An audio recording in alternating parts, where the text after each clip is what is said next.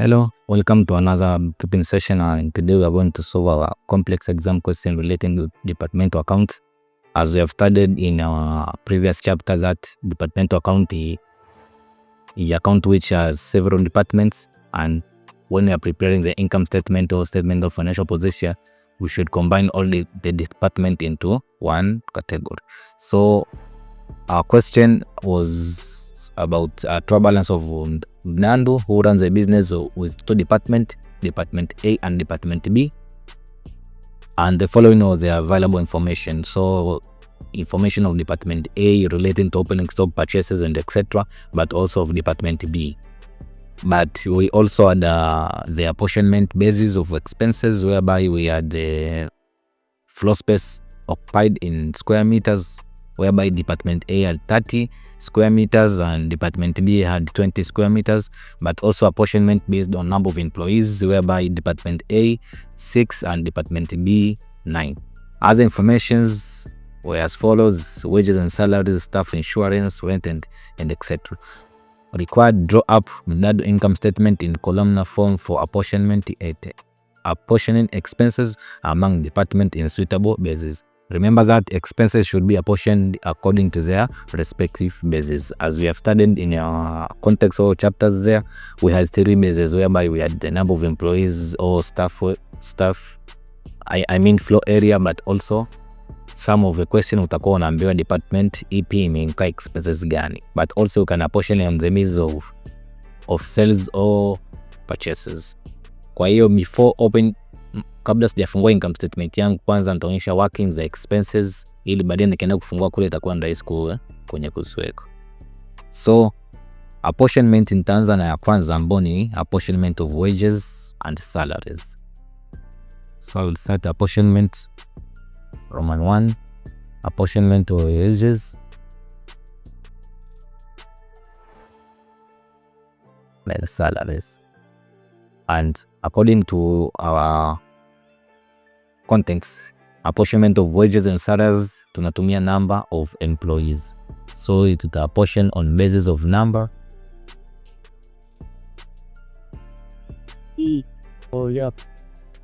Tuta apportion based on number of employees. So I will use A and B, showing Department A and Department B. So wages and salaries from a question ilipo ni milioni 16,500,000. And we should apportion according to number of employees. The number of employees in Department A was 6. So it would be 6 over total itakuwa 6 plus 9, which will be 15. And Department D will be 16,500,000 times apportionment of Department B will be 9 over 15. So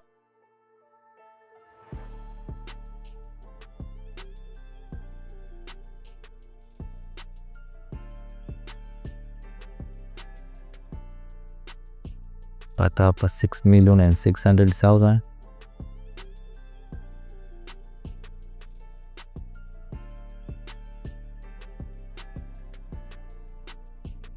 9,900,000. So Department A will incur wages and salaries of 6,600,000. Department B will be 9,900,000. That will be our first apportionment. Second apportionment would be staff insurance and welfare.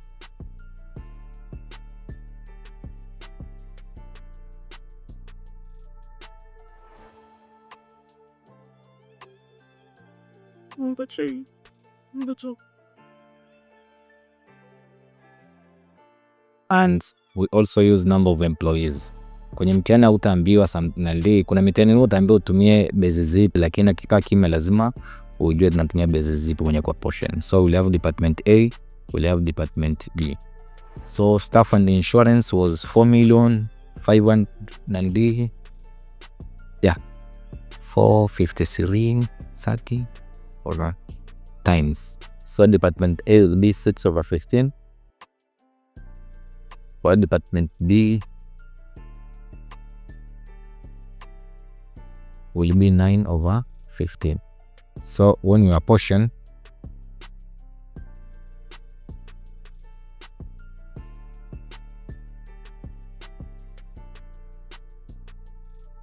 it's bilioni moja.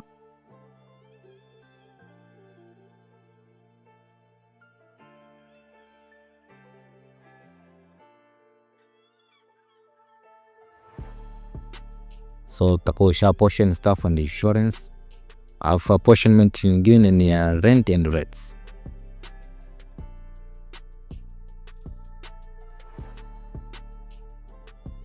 Rent and rates. Do you know that when you apportion rent and rates, we should use the floor space occupied. Floor space occupied. Hizi bases lazima uzijue, maana kwenye nandia utambio kwa lazima uzijue space occupied. So we have department A, department B. So department A rent and rates total amount was 4,340,000. Department A had a floor area of 30 square meters, so it will be 30 over total, which is 50. And department B would be 20 over 50. So when we apportion,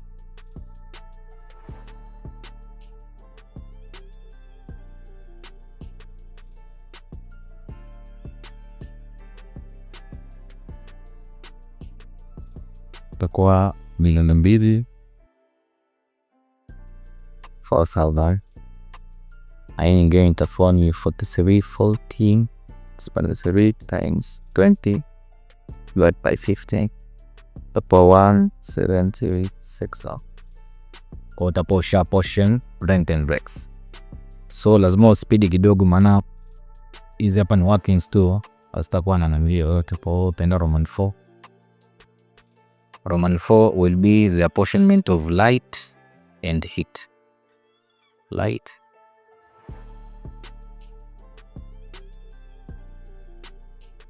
and when we apportion light and heat, tunatumia pia floor space by.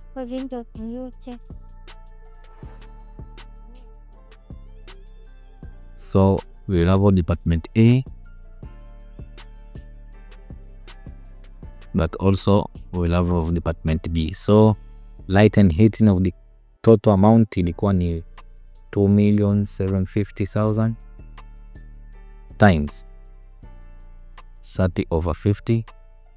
2,750,000 times 30 over 50. So when we apportion there 2,750,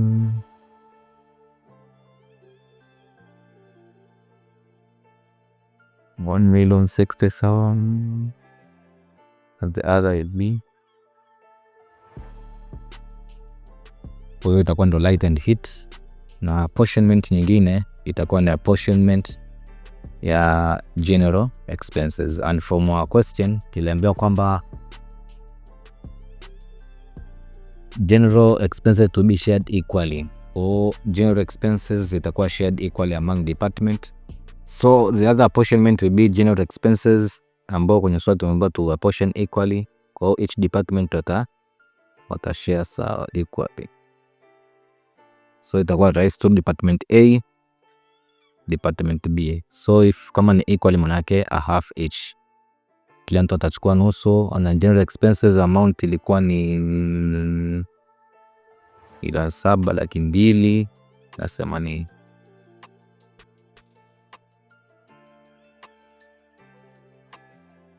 So a half itakuwa 3,640,000. Hii nimeapportion hivi kwa sababu nimekuwa guided na question kwamba ni apportion equally. So after that tabaka na apportionment mbili ambazo ni carriage inwards and carriage outwards. Na kumbuka carriage inwards tuna apportion on the basis ya purchases, of carriage outwards to apportion on basis of turnover au sales. So Roman 6, apportionment of carriage inwards, both apportion on basis of purchases. So for department A, kwa tena ni carriage inwards ambapo ni 3,400,000.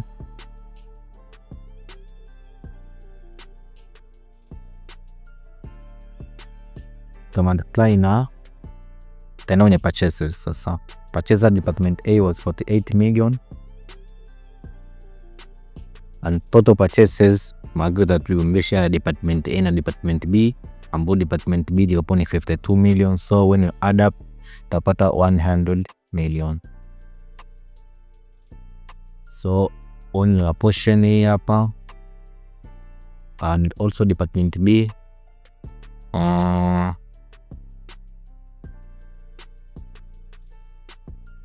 department B itakuwa ni 3,400,000 times 52 million over 100 made. Kwa that portion hizi kwa ya kwanza will give 48 over 100 times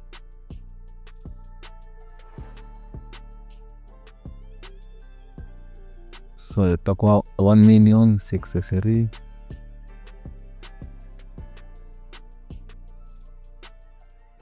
na the other itakuwa 1,768,000. So hiyo itakuwa ni carriage inwards. Tamalizia mwisho ni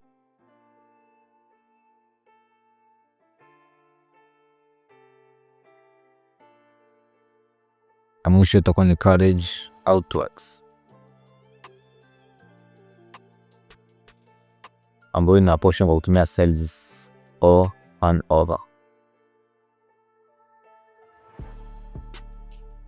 So we'll have department A, department B. So carriage outwards of departments upon 2,800,000 2,800,000 multiplied by sales. Department A was 65 million, and let's use initials, over total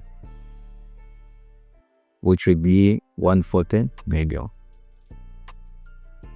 and sales of department B be 75 million over total which is 140 million. So only a portion here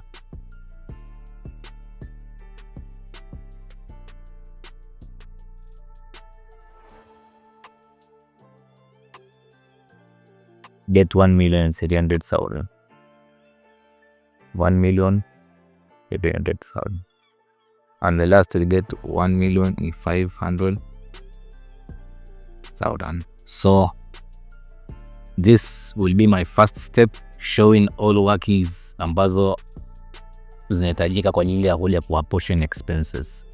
Kwa nikishaonyesha hizi hapo, maana yake nikienda kupungua income statement au departmental income statement itapanda iswa, na kwenye mtenda lazima uspin, maana there will be no marks for workings. So hapo utaifanya pembeni haraka, lakini lazima nionyeshe, then tukafungue sasa income statement boss tulitaka. Baadaye tuliambia tufungue departmental income statement of Mdando after I've shown all workings of apportionment of expenses and incomes. Kwa sasa tulisa kufungua account yetu. And departmental income statement ni income statement ya kawaida, lakini tofauti ni kwamba itakuwa na several department. For example, in your question you are department A, department B. Some of the question unaweza kupata department 3, itegemea na swali itakavyokuwa. So the procedures and the format of income statement will remain the same, ni kwamba tutakuwa na department tofauti. So from our question tutaanza record, and normally na bill after net profit, so should we have sales, and for department A we had the sales of 65 million kwa transfer kwa shole kabisa, while department B we had sales of 75 million.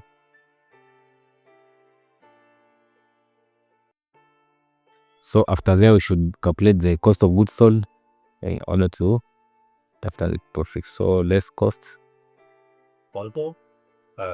is of goods sold. In order to calculate cost of goods sold, first na between opening stock Opening stock for department A was 4 million. Then on your second column, 4 million 560, and department B will be 5 million 107. So after that you should add purchases. Utapa purchase ya kila mmoja department yake. Department A purchases was 48 million, so I put 48 million, while department B was 52 million.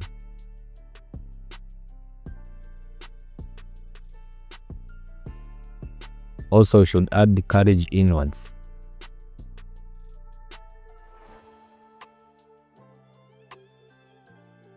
Carriage inwards, whereby tulia portion kwenye working zetu kule. Carriage inwards tulia portion ambao tulia portion kapata department A. Carriage inwards was 1 million. Hii tulipata kwenye working, na department B carriage inwards was 1,768,000. So as add up,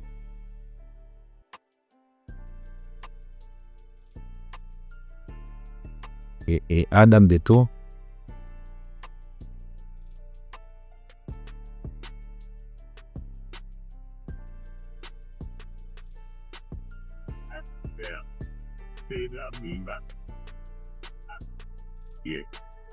Tukiz add up kapata hapa ni 49 million.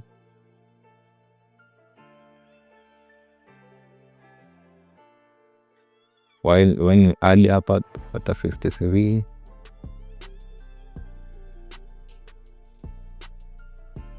So after adding hapa sasa ndo utajumlisha na opening stock, utafute cost of goods available for sale. So 49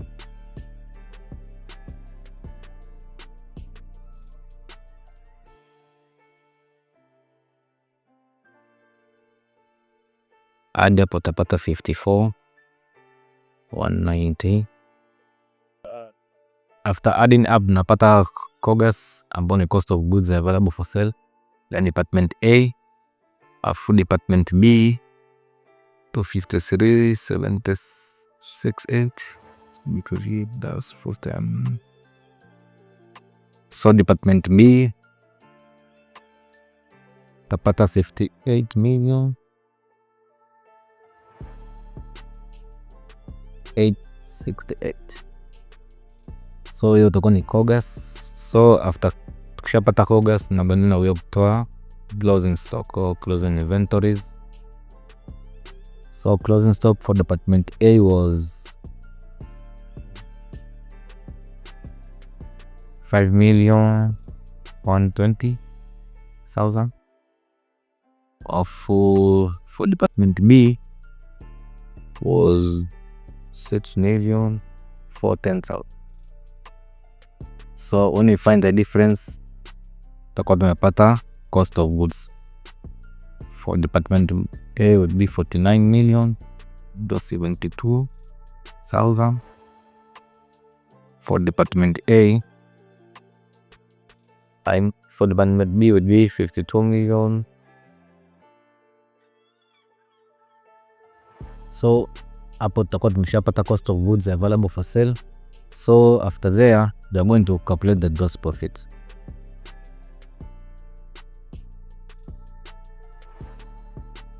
So gross profit for department A itakuwa 65 million, natoa 49 million with of 10 and B. So when you find the difference hapa utapata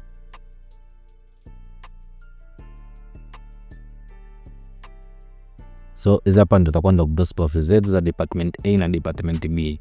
So after there tunaenda ku add other incomes, lakini kwenye swali letu hatukuwa na income zozote. So tafute net profit, you are going to less all the expenses. Na expenses kumbuka tumeshazia portion kule, kwa hiyo tutaenda kuchukua kule kwenye working zetu. So we are going to less operating expenses.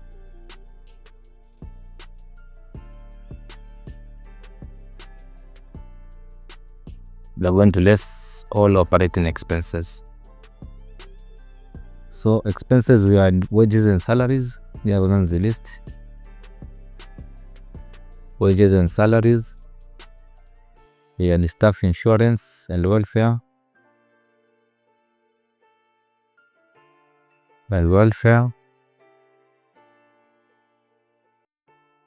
Also, we had rent and rates. We had light and heat.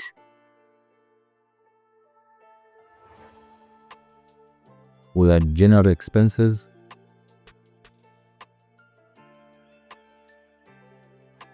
And we had carriage outwards. Kwa tutaenda kule kwenye working zetu, then we are going to tuenda kuchukua zile portion item ambazo tuzifanye. For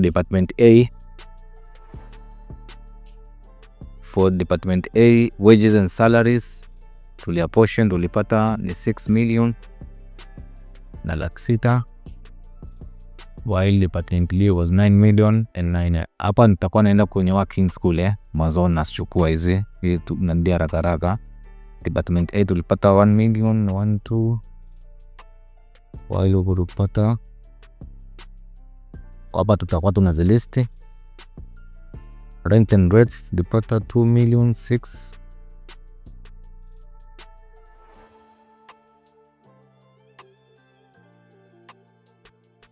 Kwa hapa nitakuwa nazilist tu haraka.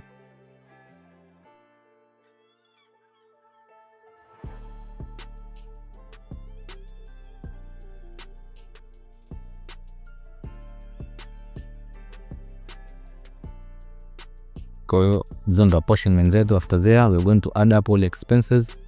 When we add for department A tutapata 17 million thousands, while department B total for 20 million. You should add up ili uprove kama ni sahihi.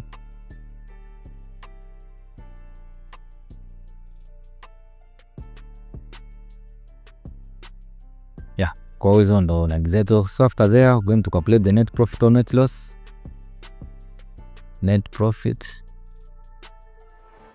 or loss. So for department A tutakuwa na net loss, maana tukicheck hapa gross profit ipo ni milioni 15,928, lakini hasara imekuwa ni milioni 17. Kwa hiyo difference hapo itakuwa ni net loss, and difference itakuwa ni 1 million, while department A itakuwa na gross profit, maana income zidi expenses. So tafuta po difference itakuwa.